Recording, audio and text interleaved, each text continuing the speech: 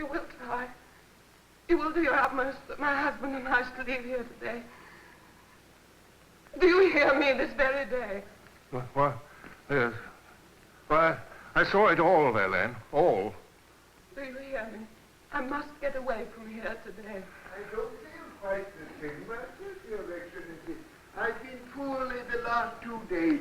My head is rather queer. Where are the others? Well, I don't like this house. It's a perfect labyrinth. 26 huge rooms. People wander in different directions. There's no finding anyone. Oh, ask Maria Vasilyevna and Helena Andreevna to come here. I am here. Sit down, friends, I beg. What did he say? Oh, presently. Oh, now tell me, please.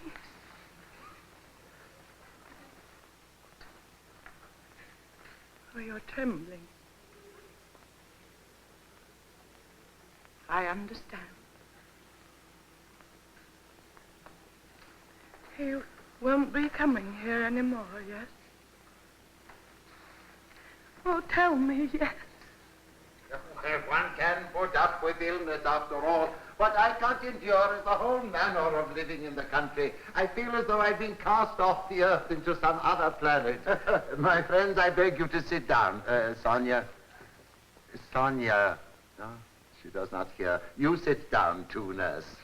I beg you, my friends, hang your ears on the nail of attention, as the saying is. Look, perhaps I'm not wanted. May I go? No. It is you whom we need most. Well, what do you require of me? Require of you? Now, why are you cross? If I've been to blame in any way, pray excuse me. Oh, let's be silly. Let's come to business.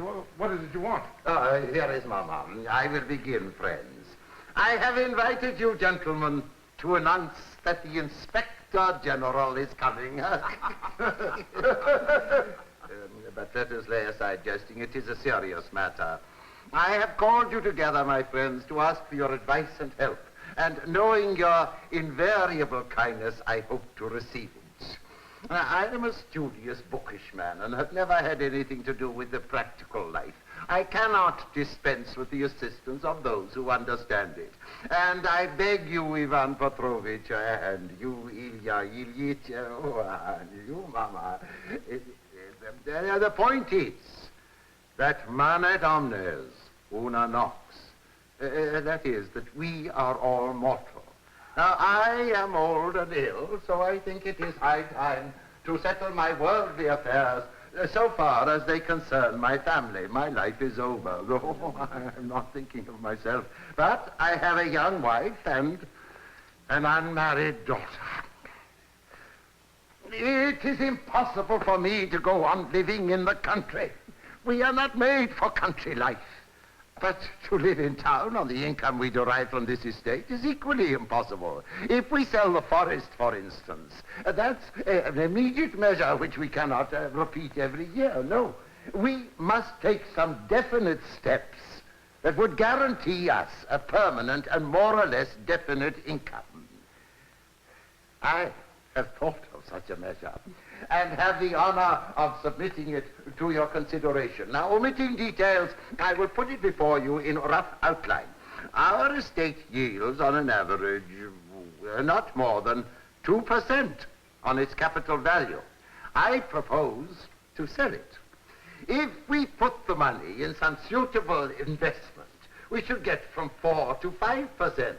And I think we might even have a few thousand rubles to spare for buying a small villa in Finland. Excuse me. Surely my ears are deceiving me. Repeat what you've said. To put the money in some suitable investment, and with the remainder purchase a villa in Finland. No, not Finland. You said something else. I propose to sell the estate. That's it. That's superb. That's a grand idea. You will sell the estate. What do you propose to do with me and your old mama and Sonya here? Oh, we settle all that in due time. One can't think of everything at once. Wait a minute. It's obvious that up till now I haven't had a grain of common sense. Up till now I'd always thought that the estate belongs to Sonya. My father bought this estate as a dowry for my sister. Up till now I've been simple. didn't interpret the law like a Turk, but I always thought that my sister's estate passed to my sister's daughter. Well, certainly the estate belongs to Sonya. Who disputes it? Without Sonya's consent, I shall not venture to sell it. Besides, I am proposing to do it for Sonya's benefit. But it's inconceivable. It's inconceivable. I mean, either I've gone out of my mind or... Do not contradict Aleksandr. Believe me, he knows better than we do what is for the best. No, give me some water.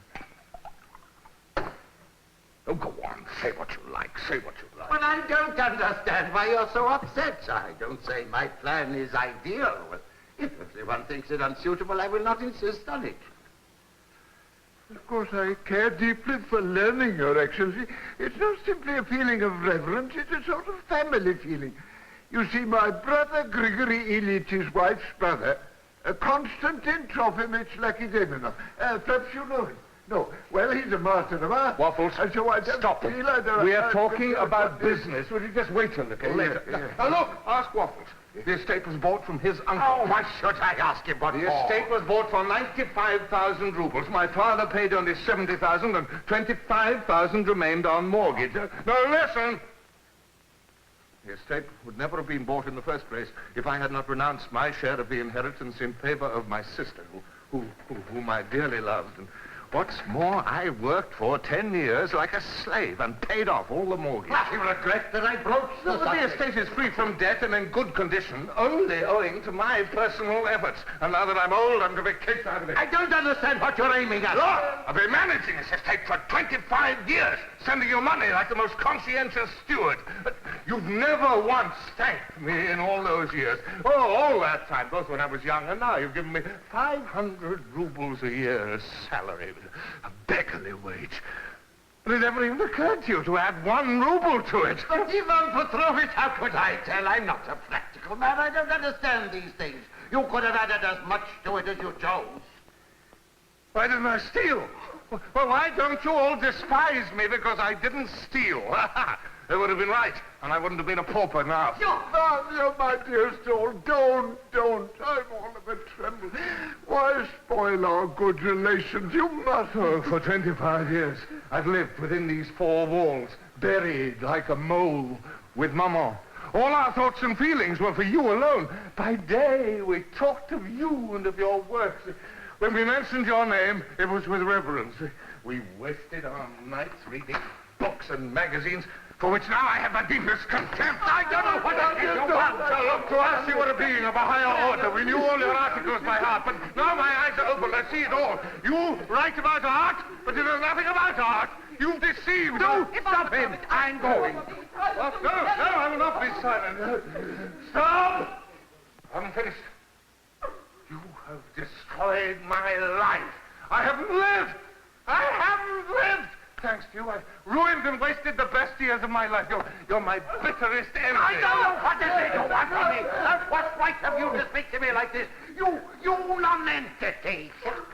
If the estate is yours, take it. I don't want it. I'm right away from this hell this very minute. I can't stand it any longer. I had courage, I had intelligence. If I had had a normal life, I might have been a Schopenhauer or a Dostoevsky. No, I'm talking like an idiot. I'm going out of my mother. You was Aleksandr dead. No, Mother, what am I to... No. That's it. I know what I must do. You shall remember me. Take that madman away! I cannot live under the same roof with him. He's always there, almost beside me. Well, let him move into the village, or into the lodge, or I will move. But remain in the same house with him, I cannot. Oh, we will leave this place today. We will pack up this very minute. Creature. Father, you must be merciful. Uncle Vanya and I are so unhappy.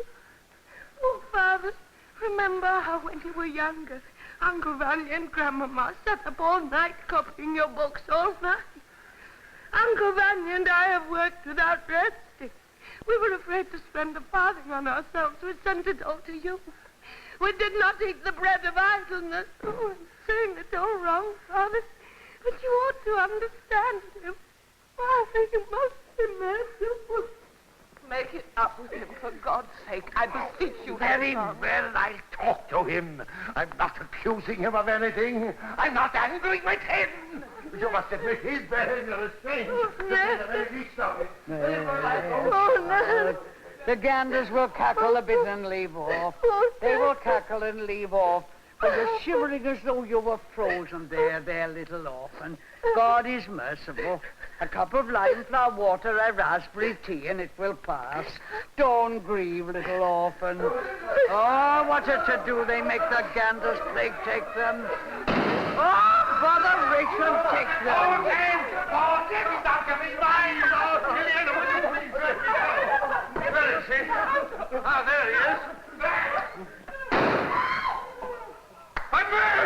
I missed again! Oh, damnation, take it. What am I doing?